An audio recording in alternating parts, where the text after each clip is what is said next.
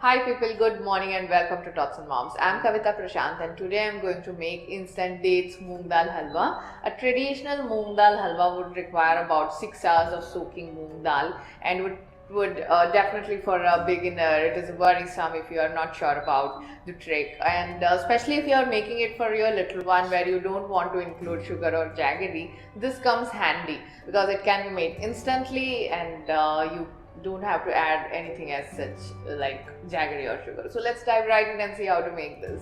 I'm starting by taking a pan and adding little water, and I'll boil this because I'm preparing natural sweetener for this dessert, and hence I'm adding some raisins and some soft chopped dates. The measurement for all the ingredients is given in the description box. Have a look there. Now we will rest this for a while to soak, and it will be good to puree it later. So after a while you can see this is the consistency and it has become soft now and very easy to puree it right away. If somebody doesn't like the taste of dates and if it is not a baby, then you can always use sugar or any jaggery of your choice. So I'm taking a little milk and adding saffron or kesar strands. We'll soak this for a while. This enhances the flavor of any dessert and hence I'm using this. Now we'll move on to make the main recipe by using moong dal. We'll dry roast it for about 5 to 8 minutes, depends on the thickness of the moong dal you're using. Once roasted, keep it aside, maybe transfer to a plate to cool it completely, and then we will grind this to make a coarse powder. Ensure that you don't powder it too smooth, we just need a coarse powder. This is roasted moong dal powder ready. So in the pan I'm adding ghee now, chopped pista. You can add dry fruits of your choice, some chopped almonds, cashew nuts.